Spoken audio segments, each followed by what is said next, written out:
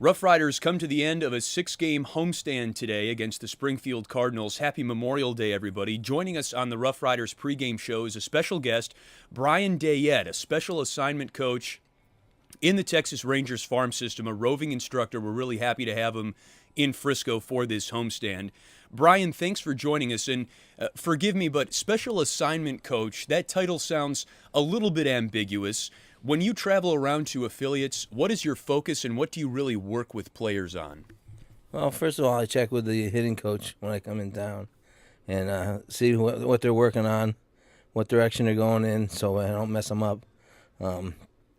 I go to all the affiliates, rookie ball all the way up to AAA, and I'm enjoying my stay here in Frisco, Texas.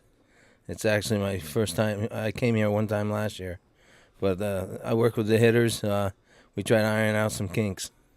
Brian Yett, special assignment coach for the Texas Rangers farm system, and he specifically works with hitters when he's in town. What things are you telling hitters at the AA level here in Frisco that you might not be telling guys at any other affiliate or level that you visit? Well, try to get them with good balance and throughout their swing. Try to cut down the movements to a minimum. Work the counts. Talk a lot psychological about the pitching. Basically, a lot of their swings are pretty good. They just need to do a couple little things. They seem to be receptive to what the coaches. First of all, you got to get their trust, and then they listen to you a little bit more. Whether they can make the changes is another thing. It takes some kids a little longer, and some guys pick it up quick. Now, you're a roving instructor, so I would imagine that it's not just a given to earn these players' trust, but you at least have the benefit of having worked with these players for several years now, correct? Right. I catch them when they come right into rookie ball. So the ones that stay with us and work through our minor league system, I'm able to catch up with them each time they make a jump. I'll see them, at the next level. So I see the progression, and I can pretty much tell, if a guy's going to hit the ball pretty good or not. Now, you enjoyed a 14-year professional career yourself, including stints with the Yankees and the Cubs. Are there specific lessons that you learned from your big league playing career that you pass along to the guys in the Rangers system? Yeah, there's some secrets and some tips and techniques that I use. I have a little list of them, and some of the guys like to use them, some don't. Some pick up on certain things, and some don't. But it's a lot of fun. Can you share maybe just one of those secrets, or are they too confidential? Confidential. All right, understood, fair enough. The team is hitting 300 in the month of May, and that was after a pretty rough start to the season when they hit just above 200, in fact. Based on your analysis through the 6 days that you've been here, why is the team hitting the ball so well now? I think it's contagious. The guys starting to swing it, getting more aggressive. They feel better. The cold weather's gone. They're a third of the way into the season. It's time to get going, get their averages up there before they get too many at-bats.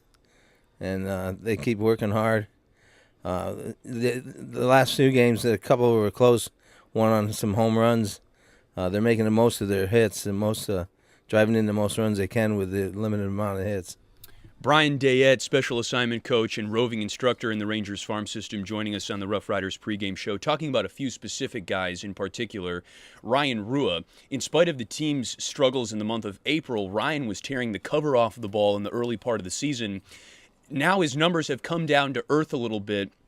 What are some things that a slumping hitter can do to regain a form that they had previously in the season? Well, try to drive the ball back through the middle. It's the biggest area for hits. Make believe the L screens are out there and you want to knock them over. A lot of guys are swinging up a little bit too much, and they're hitting a lot of balls in the air. This Cardinal team, they really hit the ball on the ground a lot, and they find some holes, and the ground balls take bad hops, fly balls don't. So if the kids keep working the middle and be patient and sit back on some pitches, and they'll start hitting.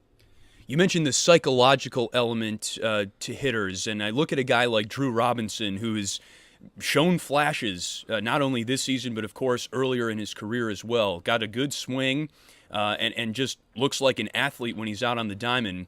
But he's only hitting 200 right now and has a lot of strikeouts. Is that an example of a guy who might be thinking a little bit too much right now?